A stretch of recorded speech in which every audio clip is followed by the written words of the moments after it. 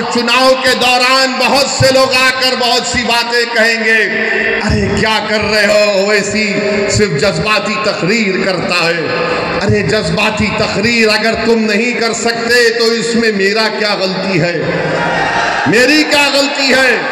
मगर याद रखिए, मैं जज्बाती तकरीर नहीं करता हूं, मैं सच्चाई को बयान करने की कोशिश करता हूं। इम्तियाज जलील को हराने वाले कौन? मुसलमान थे। इम्तियाज जलील को हराने वाले मुसलमान थे औरंगाबाद में। नासिर सिद्दीकी को हराने वाले कौन थे? मुसलमान थे। धूलिया से जहां पर मंजलिस का मेले था, फारूक शाह को हराने वाले कौन थे? हमारे ही सफों में वो मीर जाफर और मीर सादक के एजेंट छुपे हुए, वो दोबारा मुस्तफाबाद को भी आएंगे, आकर तुमसे कहेंगे मैं तुमको कह रहा हूं। किसी शायर ने बड़ा अच्छा कहा था, वो शेर याद आ रहा है। क्या कहा था शायर ने? वाकिफ नहीं है जो लोग सफर के उसूल से, वाकिफ नहीं है जो लोग सफर के उसूल से, साये की भीख मांग रहे हैं बबूल से। ये वो लोग हैं आकर वही सेकुलरिज्म का पुराना राग लगाएंगे। अरे कहां का सेकुलरिज्म है बताओ? ये सेकुलरिज्म है कि केजरीवाल को बेल मिल जाती है और दूसरों को नहीं मिलती? कौन सा सेकुलरिज्म है बताओ ये? मेरे अजीज दोस्तों और बुजुर्गों, मेरी आप सदवन गुजारिश है कि मुत्तहदा तौर पर अपने वोट का इस्तेमाल करिए। डरने और घबराने की जरूरत नहीं है। अब हमारे जाने के बाद मंजलिस के उम्मीदवार का जलसा हो चुका तो लोग आके बोलेंगे देखो बीजेपी को रोकना है, यकीनन रोकना है। कोई आकर अगर ये कहेगा कि देखो अपने बच्चों को समझाओ वरना गब्बर सिंह आ जाएगा, तो मैं उनसे कहूंगा कि आप उनको जवाब दीजिए कि अब हम सोने वाले नहीं है, अब हम जाग चुके हैं, अब हम नहीं सोएंगे।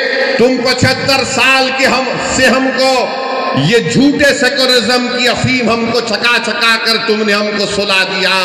अब हम जागने वाले हैं। जो लोग हमसे कह रहे हैं कि देखो खामोश हो जाओ, सो जाओ, उनसे कहो कि हमारे दरमियान में एक पागल असद आया है जो हमारा शेर है, वो हमको जागने की आदत डाल चुका है।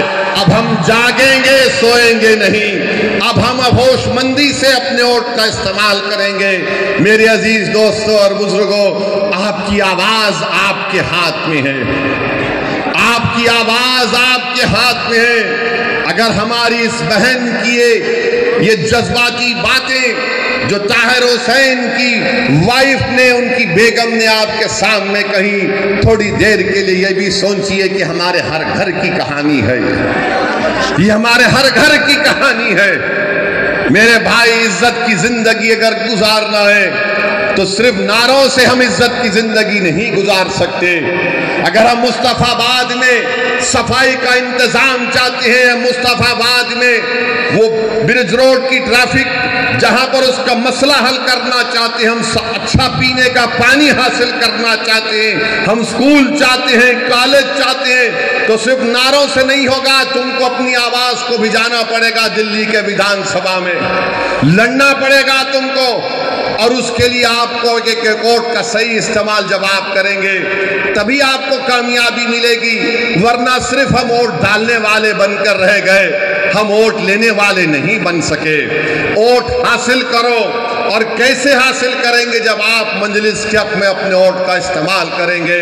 लोग बहुत सी बातें करेंगे, ये नहीं होने वाला है, ये फुला होने होगा, ऐसा होगा। मेरे अजीज दोस्तों और बुजुर्गों, क्या क्या आपने देखा? मुझे यहाँ पर यह बताया गया, बल्कि सच्चाई है, दिल्ली में वो फसाद हुआ, 2022 का प्रोग्राम हुआ। यहाँ का मुख्यमंत्री अगर मरने वालों को 1 करोड़ देता है, गवर्नमेंट की नौकरी देता है, तो दूसरे भी तो मरे, उनको क्यों नहीं दिया तुमने गवर्नमेंट की नौकरी और पैसे? अरे तुम फिरका परस्त हो केजरीवाल, भारत में तुमसे बड़ा कोई फिरका परस्त नहीं हो सकता है। नरेंद्र मोदी का अगर कोई हकीकी भाई है, नरेंद्र मोदी का अगर कोई हकीकी भाई है तो उसका नाम केजरीवाल है, याद रखो आप। सिक्के के 2 रुख हैं ये। सिक्के के दो रुख हैं, ये करे फसाद में सब मरे, मरने वाले मासूम थे तो तुम सबको देना था गवर्नमेंट की नौकरी और एक्स ग्रेशिया, मगर नहीं दिए, नहीं दिए। मैंने उस वक्त भी कहा कौन है बताओ, जब ये कोविड लगा था तो तबलीगी जमात पर झूठा इल्जाम लगाने वाला कौन था? यही केजरीवाल था, सुपर स्प्रेडर का नाम दिया था। बड़ी बड़ी बातें करते हैं, हम ये स्कूल बनाए, हम फुला किए। अरे मुस्तफाबाद कहो, केजरीवाल मेरे साथ चल के बताओ तुमने क्या काम किया, मैं दिखाऊंगा तुमको। यहां पर आएंगे, मुसलमानों के दरमियान में आएंगे तो बोलेंगे देखो आपकी जिंदगी को हम बचा रहे हैं, और हमारे हिंदू भाइयों के इलाकों में जाएंगे तो बोलेंगे देखो हमने ये अस्पताल बनाया, ये स्कूल बनाया। क्यों अस्पताल स्कूल यहां पर क्यों नहीं बना? मेरे अजीज दोस्तों और बुजुर्गों, जो लोग चमचागिरी करते हैं, जो लोग चापलूसी करते हैं, जो अपने ईमान को अगियारों की चौखट पर बेच देते हैं, गिरवी रख देते हैं, वो कभी भी आवाम की आवाज नहीं बन सकते। मेरी इस बात को याद रखो, आप कभी भी कुछ नहीं कर पाते। क्या क्या नहीं हो रहा है। मुझे यहाँ पर हमारे शोएब जामाई साहब बताए कि कचरे का कितना बड़ा मसला है, कितना बड़ा मसला है। और जब ये केजरीवाल मुख्यमंत्री बने तो पब्लिसिटी के लिए 1 रुपया खर्चा होता था। अब केजरीवाल के मुख्यमंत्री बनने के बाद 44 रुपये पब्लिसिटी पर खर्चा किए जाते हैं। 44 रुपये। अपना घर बनाए, केजरीवाल ने अपना घर बनाया तो गवर्नमेंट के पैसों से महल बना लिया। अरे केजरीवाल तुम यहां पर आकर देखते मुस्तफाबाद में लोग कैसी अपनी जिंदगी गुजारते हैं। मेरे अजीज दोस्तों और बुजुर्गों, नेशनल ग्रीन ट्रिब्यूनल ने दिल्ली हुकूमत पर 900 करोड़ रुपए का उनका कहा कि कंपनसेशन दो, मगर ओखला, गाजीपुर, भलसावा में जो कचरे के पहाड़ बन रहे हैं, ऐसा लगता है कि जूनागढ़ के गिरनार से भी लंबे पहाड़ कचरे के बन रहे हैं। कोई पूछने वाला नहीं है क्या डेवलपमेंट हुआ दिल्ली में, कुछ दिक्कत नहीं आता। आपकी आवाज जब होगी तो डेवलपमेंट दिक्कत आएगा, अगर आपकी आवाज नहीं होगी तो याद रखिए कोई डेवलपमेंट नहीं होगा। ये आम आदमी पार्टी का मुख्यमंत्री महरौली से एक साहब को टिकट देने का ऐलान किया, वो नरेश साहब का नाम दिए। बोला गया कि उनके ऊपर इल्जाम लगाया गया था, बल्कि कोर्ट ने सजा भी दी थी, वो कुरान की बेहरमती करे थे। ये इनका असली चेहरा। आप जान लीजिए कि ईदगाह है पुरानी दिल्ली में, उसकी जमीन पर कब्जा हो गया। मैं जानता हूं 1 साल से केजरीवाल ने दिल्ली का वक्फ बोर्ड नहीं बनाया। तुम नहीं बनाए तो मोदी ने एक ऑफिसर का तकर्रुर कर दिया। ईदगाह की जमीन पे कब्जा हो गया, क्यों नहीं बनाया तुमने 1 साल से दिल्ली का वक्फ बोर्ड? किसने रोका था तुमको? मगर नहीं बनाया इसलिए ताकि कब्जे हो जाए, ताकि कोई कुछ कर ले। मेरे अजीज दोस्तों और बुजुर्गों, हम आपसे अपील कर रहे हैं कि मुत्तहदा तौर पर अपने वोट का इस्तेमाल करिए। अगर आप फिर उसी चक्कर में फंस जाएंगे कि नहीं नहीं कुछ हो जाएगा, अरे अब क्या बचा है मुझे बताओ, अब क्या बचा है तुम्हारे पास? अब तो यहां से उठने की बात आपको हमको करना है। भारत के वजीर आजम कहती हैं कि वक्फ संविधान में वक्फ नहीं है।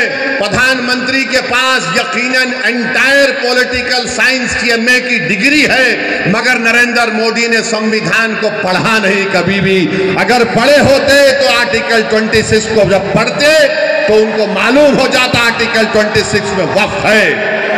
प्रधानमंत्री बोलते हैं UCC को लागू करेंगे। अरे प्रधानमंत्री, हिंदू अनडिवाइडेड फैमिली के टैक्स रिबेट तुम खत्म करो, लव जिहाद के कानून तुम बनाते हो, कोई अपना मजहब तब्दील नहीं कर सकता। और आजकल बीजेपी तो बाबा साहेब अम्बेडकर के बारे में अनाप शनाप बक रही है। अगर आज अम्बेडकर जिंदा होते तो अम्बेडकर से कहा जाता कि अगर आप मजहब तब्दील करना चाह रहे हैं तो परमिशन लो। वक्फ की जायदादों को छीनने की कोशिश बीजेपी कर रही है और दिल्ली में 1 साल से वक्फ बोर्ड नहीं बनाया जाता। बहरहाल मेरी आप तमाम से अपील है कि आप मंजलिस की तायीद करिए। पिछले बार भी आपने मंजलिस के उम्मीदवारों की तायीद की, हमको कामयाबी नहीं मिली, मगर हमारे हौसले बुलंद है, हम कभी मायूस नहीं हो सकते। मेरा काम लड़ना है, मेरा काम अवाम के दरमियान में जाकर अपनी पार्टी की बात को आपके सामने रखना है। मेरा काम, इम्तियाज जलील का काम यह है कि भारत की पार्लियामेंट में हम आवाम के मसाइल को उठाते हैं। मेरे अजीज दोस्तों और बुजुर्गों, मेरी आपसे अदबन गुजारिश है कि आप हमारे उम्मीदवार की तायीद करें, इनको कामयाब करें। अरे आप अगर इनको कामयाब करेंगे तो यकीन मानिए, ये जो बच्चे हमारे लोग जेलों में सड़ रहे हैं, जिनकी जवानियां खत्म हो चुकी हैं, जिनके माँ बाप, उनकी आंखें तड़प रही हैं अपने बच्चों को देखने के लिए, जिसकी माँ तड़प रही है, जिसका ज़ईफ बाप तड़प रहा है, आपसे मेरी गुजारिश है कि एक एक वोट का इस्तेमाल करिए। ये इलेक्शन आपको एक पैगाम देना है तमाम पार्टीज को, चाहे बीजेपी हो, आम आदमी पार्टी हो, कांग्रेस हो। आपको पैगाम अपने वोट से देना है कि देखो हम अभी जिंदा हैं यहाँ पर, हम अपने बेटों को, अपने भाइयों को नहीं भूले हैं, हम अपने वजूद का एहसास दिलाएंगे। हम मुस्तफाबाद के विकास के लिए मंजलिस को वोट दीजिए, आप देखेंगे सब दौड़ दौड़ कर आएंगे। वरना ये सब पार्टियां जानती है बीजेपी किसी मुसलमान को टिकट नहीं देती। नरेंद्र मोदी तो कह चुके हैं कि मुस्लिम औरतें ज्यादा बच्चे पैदा करती हैं। नरेंद्र मोदी तो कह चुके हैं कि मंगलसूत्र निकालकर मुस्लिम बहनों को दिया जाएगा।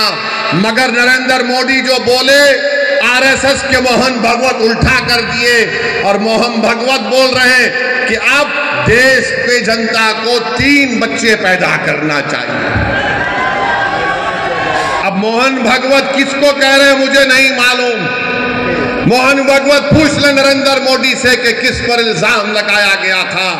मगर मेरे अजीज दोस्तों और बुजुर्गों, इन तमाम चीजों का अगर हम जमहूरी तरीके से जवाब देना चाहते हैं तो मेरी आपसे गुजारिश है कि मजलिस के पतंग के निशान पर आप बटन दबाकर अपने वोट का इस्तेमाल करिए।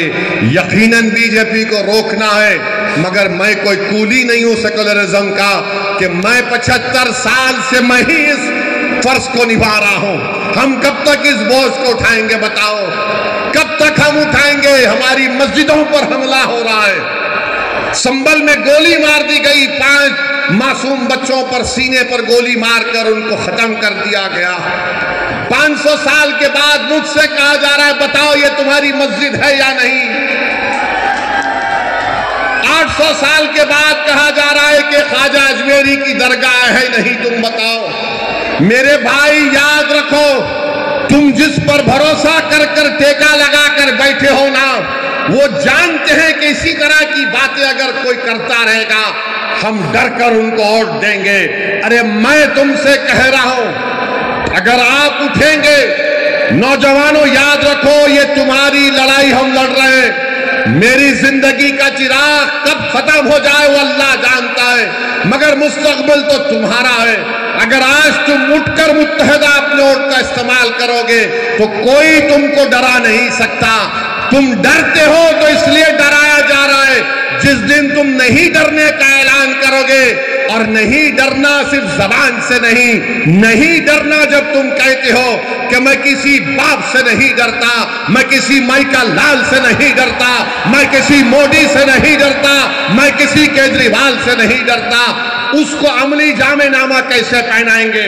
सिर्फ नारा लगाने से तुम खुश हो जाओगे नहीं, तुमको जाकर अपने वोट का सही इस्तेमाल करना पड़ेगा। और सही इस्तेमाल मुस्तफाबाद में पतंग के निशान पर ताहिर हुसैन के लिए, उन तमाम मजलूमीन के लिए, इस विधानसभा के विकास के लिए आपको अपने वोट का इस्तेमाल करना पड़ेगा। इस डर को निकालो अपने दिमागों से। तुम कब तक और हम कब तक डरते डरते जिंदगी गुजारेंगे? एक बार इस डर को निकालो। इस दिल्ली के विधानसभा में आप अपने इत्तेहाद की निशानी के तौर पर मजलिस के नुमाइंदों को कामयाब करो। देखो हालात बदलेंगे। वरना याद रखो कोई आसमानों से आने वाला नहीं है, कोई जमीन से निकल कर आने वाला नहीं है। और अल्लाह भी उन्हीं लोगों के हालात को बदलता है जो अपने आप को बदलना चाहते हैं। अगर आप अपने आप को बदलना चाहेंगे तो अल्लाह इंशाअल्लाह ताला हमारे मुश्किलात में आसानी पैदा करेगा। अगर आप अपने हालात को बदलना चाहेंगे तो अल्लाह हमारे लिए हमारे मंजिल मकसूद को हमको पहुंचा देगा।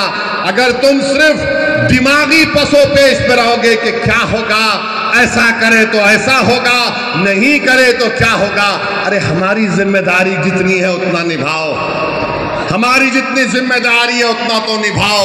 मगर ये सिर्फ आप देख रहे हैं कि कभी ये कभी वो, ये नहीं चलने वाला है मेरे दोस्त। अब केजरीवाल कह रहे हैं मैं ये दे दूंगा, मैं वो दे दूंगा, मैं ये कर दूंगा, सब कर दूंगा। केजरीवाल अपने जेब से नहीं दे रहे हैं, उनके अब्बा का पैसा नहीं है, गवर्नमेंट का पैसा है। मैं ये दे दूंगा, मैं वो दे दूंगा। अरे क्या दोगे तुम ताहिर हुसैन के घर को आकर तुम नहीं मिल सके, तुम क्या दे सकते हो? जो जेलों में है तुम उनके परिवार से एक बार फोन करके नहीं बात कर सके, तुम क्या दे सकते हो? तुम यहां पर रोड पे ट्रैफिक जाम होता, तुम उसको हल नहीं करे, तुम क्या दे सकते हो?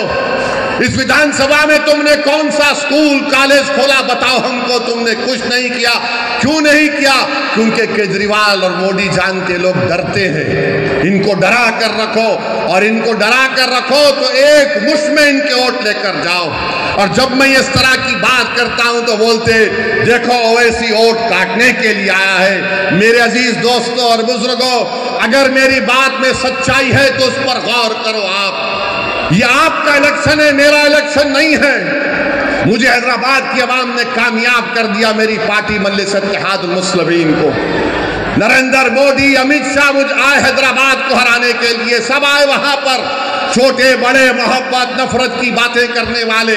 मगर हैदराबाद की आवाम ने 3,30,000 वोट से मुझे कामयाब किया। और आप हो बोल के नारा लगा रहे।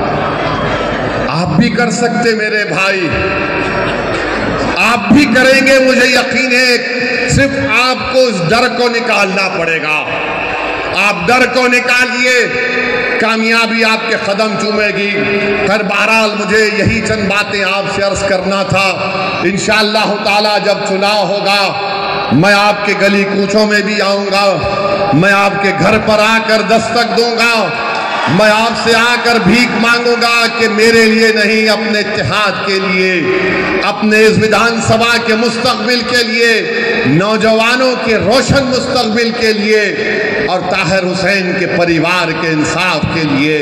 जो बच्चे आज जेलों में सड़ रहे हैं, जिनकी जबान, जिनकी आवाज को दबाया जा रहा है, कोई सुनने को तैयार नहीं है। मीडिया एक तरफा बात करता है, अरे ये कैसा होगा मेरे भाई, कौन उनका हाथ पकड़ेगा, कौन उनकी आवाज उठाएगा? आज आपको दुनिया को बताना है कि हम उन लोगों के साथ खड़े हैं जिनको दुनिया ने भुलाने की कोशिश की। मेरी यही चंद गुजारिशात मैं आपके सामने अर्ज करने आया। इंशाअल्लाह ताला दोबारा फिर आऊँगा, आपसे मुलाकात होगी। आज आप अपना कीमती वक्त निकाल कर आए, बहुत बहुत शुक्रिया। अस्सलाम वालेकुम व रहमतुल्लाहि व बरकातुहू। बैरिस्टर असदुद्दीन ओवैसी साहब जिंदाबाद, बैरिस्टर असदुद्दीन ओवैसी साहब जिंदाबाद, जिंदाबाद, बैरिस्टर असदुद्दीन ओवैसी जिंदाबाद, जिंदाबाद, इम्तियाज जलील साहब जिंदाबाद, डॉक्टर शोएब जलाई जिंदाबाद, जिंदाबाद।